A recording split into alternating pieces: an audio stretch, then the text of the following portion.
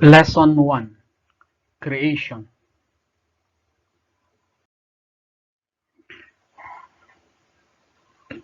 Bismillahirrahmanirrahim. Allahumma akhrijna min zulumatil wahm wakrimna binuril fahm. Allahumma aftah alayna abwaba rahmatik wanshur alayna khazaina ulumik birahmatika ya arhamar rahimin walhamdulillahi rabbil alamin.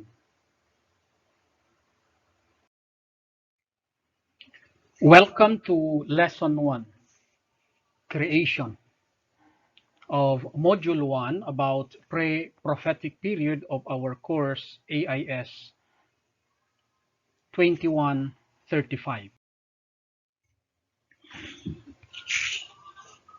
In this course, we have basically three modules: the pre-prophetic period, the prophetic period in Makkah that covers around 13 years, and module 3 about the prophetic period in Medina that covers around 10 years of the blessed life of the Holy Prophet.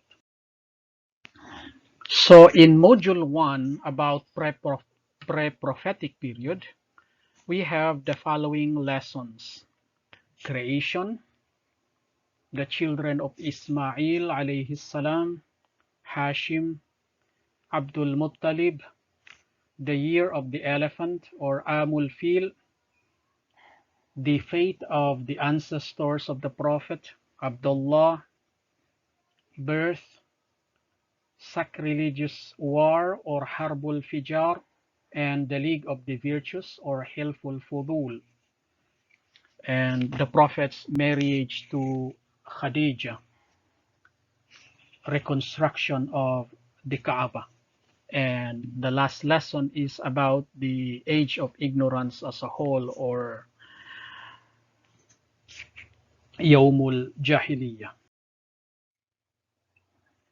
So this lesson is about the creation. In Surah Al-Baqarah, that is chapter 2, verse 30 of the Quran, we read, Bismillahir Rahmanir Rahim, وَإِذْ قَالَ رَبُّكَ لِلْمَلَائِكَةِ إِنِّي جَاعِلٌ فِي الْأَرْضِ خَلِيفَةً. And remember when your Lord said to the angels, indeed, I am going to set a viceroy on the earth. Inni ja'ilun fil ardi khalifa. Verily, I am going to set or appoint my vicegerent on earth, the Khalifa of Allah Ta'ala. That is his announcement before an assembly of the angels. قالوا أتجعل فيها من يفسد فيها ويسفك الدماء ونحن نسبح بحمدك ونقدس لك. The angels said in protest and astonishment, will you set in it someone who will cause corruption in it and shed blood while we celebrate your praise and proclaim your sanctity? What was the answer of Allah Ta'ala? قَالَ إِنِّي أَعْلَمُ مَا لَا تَعْلَمُونَ. He said, indeed, I know what you do not know. As we will find out later, Allah Ta'ala is trying to say to the angels that the nature of that Khalifa that I am going to appoint, or the Khalifa that I have appointed, is not something that is totally known to you, but it is known to me. The only aspect of the nature of that Khalifa is known to you is that he would spread corruption, he would shed blood, and similar things. So Allah Ta'ala emphasized, Inni a'lamu ma la ta'lamun. Verily, I know that which you do not. It continues.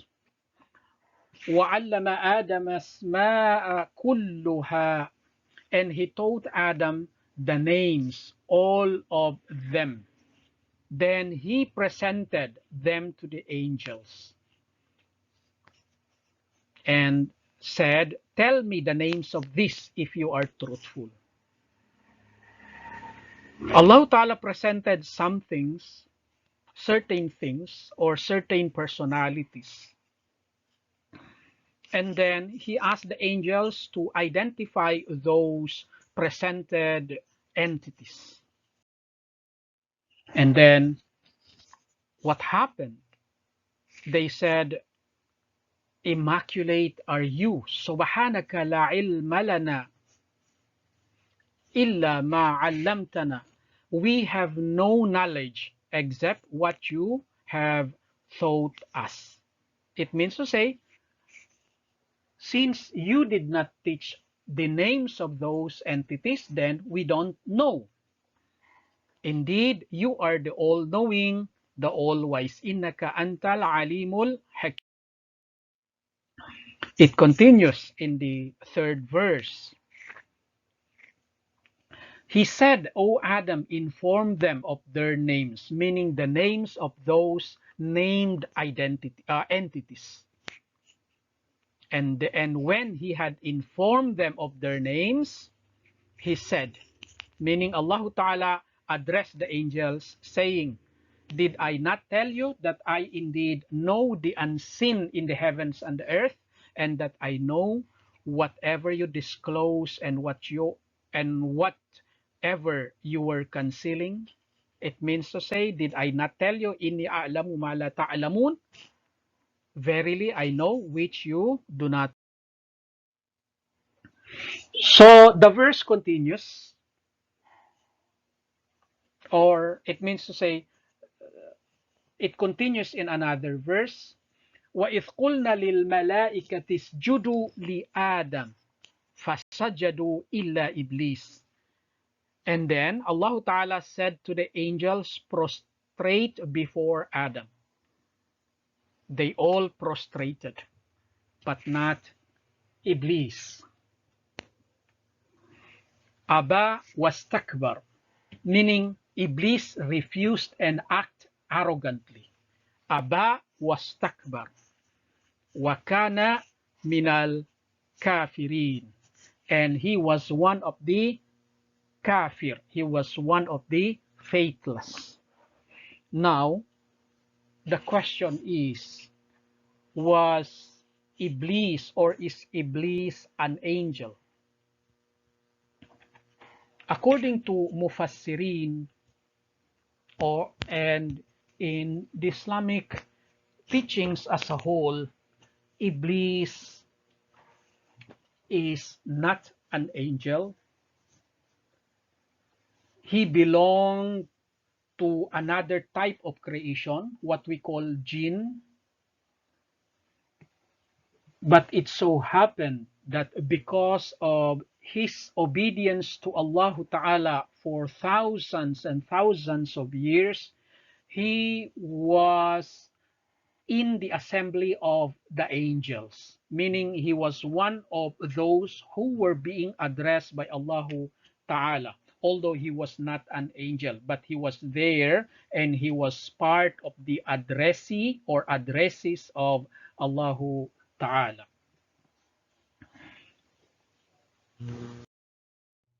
So this refusal of Iblis to bow down to Adam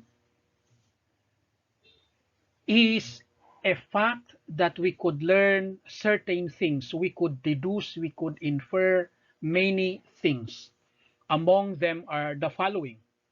One, not all sujood is a sujood of worship. Remember, Allah Ta'ala asked the angels, including Iblis, to bow down to Adam. All of them, they obeyed, except Iblis. That sujood of obedience is that sujood of obedience to a command of the one worthy of worship or ma'bud. We are referring to Allahu Ta'ala. That is another example of sujud, aside from the sujud of worship or ibadat that we only do to Allahu Ta'ala when we perform the sujud in our salat. Another point is that faithlessness or kufr of Iblis is not a kind of kufr which means denial of Allah's lordship of or rububiyah, because as we know, Iblis used to worship Allah Ta'ala, Iblis used to bow down to Allah Ta'ala, Iblis used to celebrate the praises of Allah Ta'ala, meaning saying Subhanallah both in words as well as in deed. But this kufr of Iblis, when Allah Ta'ala said, وَكَانَ مِنَ الْكَافِرِينَ, is a kind of kufr or faithlessness, which is disobedience to a command. And that command is to bow down before Adam. The refusal of Iblis to bow down to Adam actually signaled the emergence of the banner of falsehood or batil. Because he refused to bow down to Adam, he refused to recognize the appointed vicegerent of Allah Ta'ala on earth. And this event surrounding the appointment of Adam as Allah's vicegerent on earth is the beginning of the continuous struggle, incessant struggle between truth and falsehood, between haq and batil. And obviously, the banner of truth is hoisted by Adam alayhi salam, who was the appointed Khalifa or vicegerent of Allah on earth, while the banner of falsehood was hoisted by Iblis or Satan. When Iblis was the name of the jinn. When Iblis refused to bow down to Adam, that's the time that Allah called him Satan, or the rebel one, or the one that became rebellious. So, from the perspective of Islamic history, history is characterized by dialectics, meaning a struggle between two entities, a struggle between two poles or parties. And here we are referring to the principles of haq and batil, or the principles of truth and falsehood. So this battle continues to take place after Adam between Abel and Cain, or Habil and Qabil, among the descendants of Adam. It continued to Nabi Allah Nuh, or Prophet Noah, and all the prophets until Prophet Muhammad alayhimussalam, peace be upon them all, until the last day, with the ultimate defeat of Dajjal, the ultimate representative of Shaitan or Satan. So Islamic history, as I repeat, is a kind of dialectics. It is a kind of continuous struggle between two parties, between two poles. On one hand are the people of truth, and the other one are the followers of falsehood. So after Adam, Allah Ta'ala sent prophets to guide humanity to the right path, to guide humanity to the banner of Adam, which was truth, truthfulness, and that truthfulness is epitomized by the belief in Tawheed, the belief in the oneness of Allah, and obedience to Him and Him alone. So after Adam, we have a series of prophets. We have Idris or Enoch, we have Noah or Noah, Hud, Saleh, and Ibrahim. We will observe that these prophets, of course, that is very natural that they all came from Adam. But after Noah, we can observe that the succeeding prophets were also descendants of Noah. We can see in the Quran, for example, in chapter 3, verse 33, Bismillahir Rahmanir Rahim, Inna Allah astafa wa Adama wa Nuha wa Nuhan wa ala Ibrahima wa ala Imrana ala alamin. Verily Allah chose Adam and Noah and the progeny of Abraham and the progeny of Imran above all the nations. Imran refers to the father of Hadrat Maryam, the mother of Isa alayhi salam. So in the case of Ibrahim, aside from being a prophet, he was also recognized as the leader of mankind. He is known also in other religious traditions as the great patriarch or the patriarch of the followers of three great religions, namely Judaism, Christianity, and Islam. In Surah Al-Baqarah, for example, we read, Bismillahir Rahmanir Rahim, وَإِذِ ابْتَلَى إِبْرَاهِيمَ رَبُّهُ بِكَلِمَاتٍ فَأَتَمَّهُنَّ قال إني جاعلك للناس إماما قال ومن ذريتي قال لا ينال أحد الظالمين. And remember when his Lord tested Abraham with certain words or with certain commands, and he fulfilled them, then Allah Ta'ala said, I am making you the Imam of mankind, the leader of mankind. Inni ja'iluka linnasi imama. Then Ibrahim said, and also leaders from among my descendants? Then Allah Ta'ala replied, my pledge, my ahd, my covenant does not extend to the unjust. La yanalu ahdiz zalimin. You can find it in Surah Al-Baqarah, verse 1 to 4. So from this verse, certain things can be inferred. One, Abraham was already a prophet or Nabi when he was tested by Allah Ta'ala. By the way, what was the test?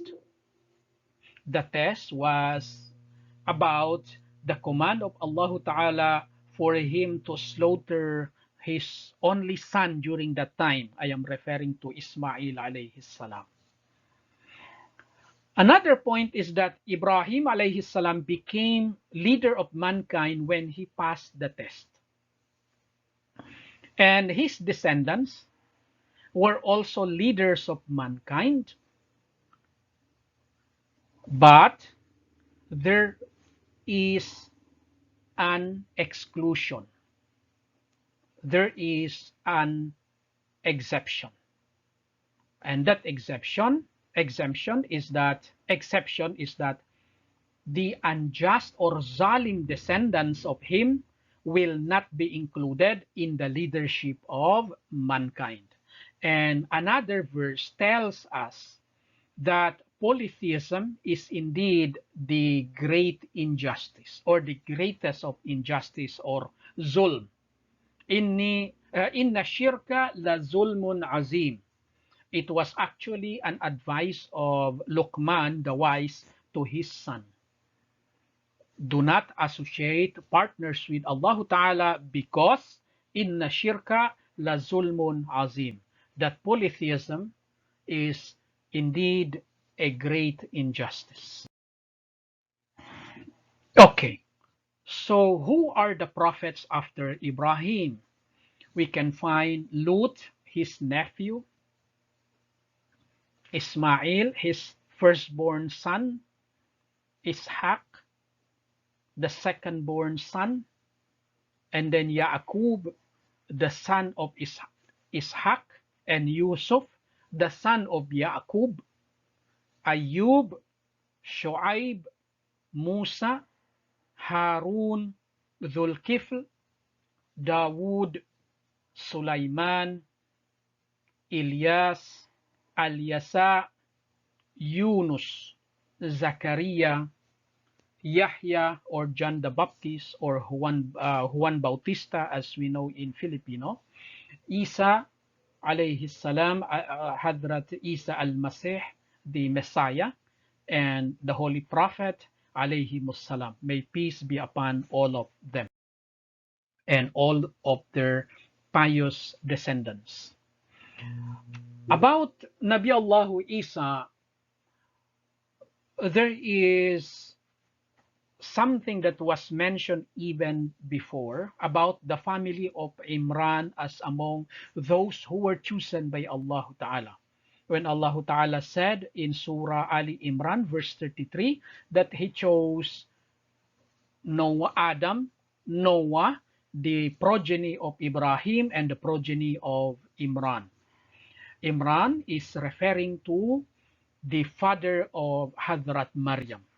And in addition to Imran, his daughter also occupied a special place in Islam because she was the mother of Jesus Christ, the Virgin Mother. Allah Ta'ala said, Bismillahirrahmanirrahim, وَإِذْ قَالَتِ الْمَلَائِكَةُ يَا مَرْيَمُ إِنَّ اللَّهَ اسْتَفَاكِ وَطَهَّرَكِ وَاسْتَفَاكِ عَلَى نِسَاءِ الْعَالَمِينَ. And when the angel said, O Mary, Allah has chosen you and purified you.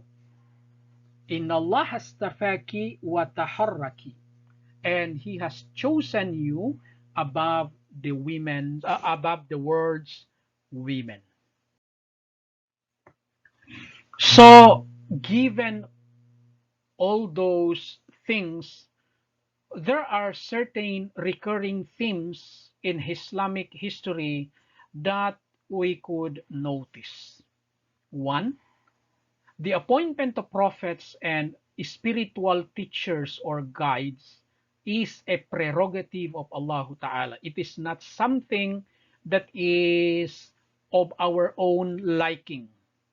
That since we don't like this person, let it be. It means to say, he should not be recognized as a prophet, something like that.